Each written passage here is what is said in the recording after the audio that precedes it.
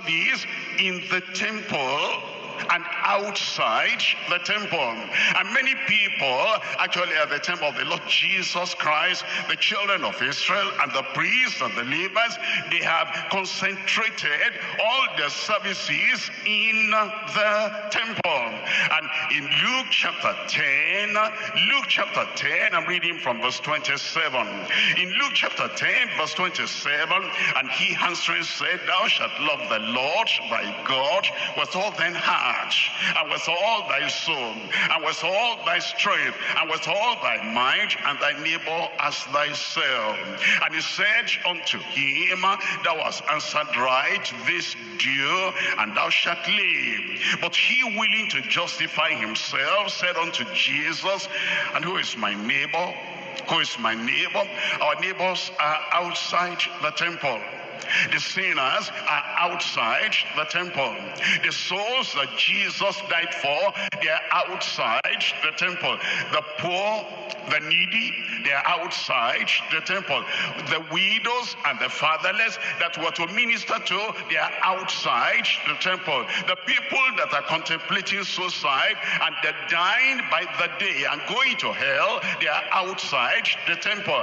And we have a service to them outside the temple, so that we're not like the children of Israel that eventually limited everything they did in a narrow little corner of the temple. Look at verse 30. And Jesus answered said, a certain man went down from Jerusalem to Jericho and fell among thieves, which stripped him of his raiment and wounded him and departed, leaving him half dead. And by chance there came down a certain priest. He was coming from the temple. He had done the service in the temple. He came that way, and when he saw him, he passed by on the other side. He had done what he should do inside the temple, outside the temple now on the road.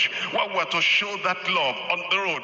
We're to minister to the people that have been left half dead by the world, half dead by Satan, half dead by enemies of their souls. When we should minister to them, we pass by on the other side, and we think already I've done everything I ought to do in the temple. Now this is outside the temple, and he wants us to serve. He wants us to have a compelling, a convicting, a driving comprehension of our service outside the temple. It tells us in verse 32, and likewise a Levite, when he was at that place, came and looked at him, and he passed on the other side. What's your attitude after the church service? What's your attitude after you have served effectively, served kind of courageously, and you have served spiritually, and you have served profitably in the temple? When you go outside the temple,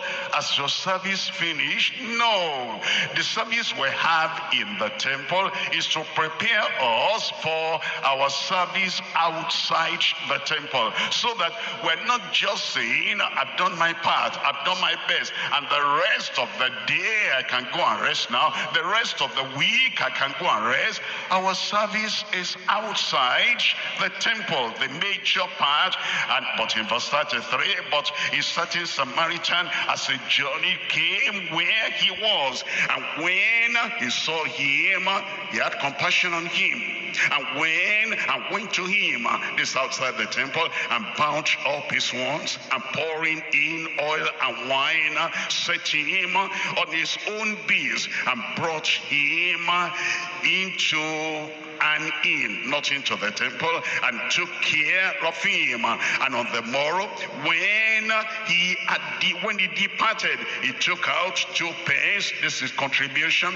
Not only contribution in the church, contribution in the temple, even outside the temple. And he gave them to the host and said unto him, take care of him, take care of him, take care of people in your community, take care of people in your neighborhood, take care of people, care care for them, give them the water of life, and give them the bread of life, and give them the spiritual treatment they need so that they will not die in their sins. Take care of him, and whatsoever thou spendest more, when I come again, I will repay thee. Which now of these three thinkest thou was neighbor to him that fell among the thieves? And he said, he that showed mercy on him. Then said Jesus unto him, everybody 1, 2, 3, go. Say it aloud. Go and do thou likewise. Go out of the service, go out of the sanctuary, and go and do thou likewise.